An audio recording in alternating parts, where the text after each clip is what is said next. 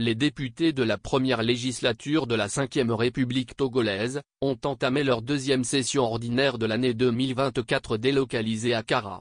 Les travaux sont ouverts le mardi 1er octobre au Palais des Congrès de Kara, par le président de l'Assemblée nationale, Sévon Tepe Kodjo Adedze. Les présidents des assemblées nationales de la Côte d'Ivoire, Adama Bictogo et du Bénin Gbéounou Louis Vlavonou, invités d'honneur, la présidente de la commission parlementaire de la CEDEAO, la Togolaise Ibrahima Memounatou ont assisté à la cérémonie d'ouverture solennelle.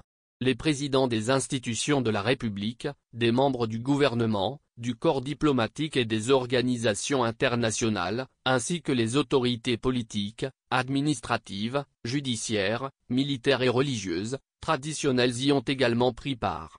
Les travaux de cette session prévue pour 3 mois, seront consacrés aux dossiers relatifs aux aspirations du peuple, à l'adoption des projets de loi. Le président de l'hémicycle togolais, Sévon Tepe Kodjo Adedze a indiqué que la délocalisation de la session à Kara permet de rapprocher les élus des communautés et de renforcer leurs liens.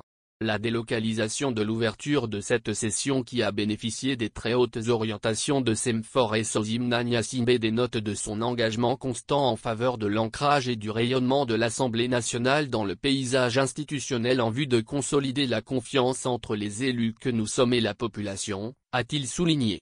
Le président du Parlement a indiqué la responsabilité de son institution dans l'ancrage de la démocratie en soulignant qu'elle porte en elle l'espérance que la démocratie réponde réellement aux préoccupations des populations et contribue efficacement à résoudre de façon durable les problèmes sociétaux auxquels sont confrontés les États.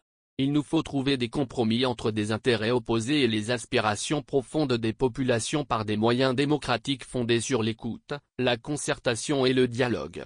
Par ailleurs, il incombe au Parlement en sa qualité d'organe législatif essentiel d'adapter les lois aux besoins et aux circonstances mutationnelles de nos sociétés, a-t-il précisé.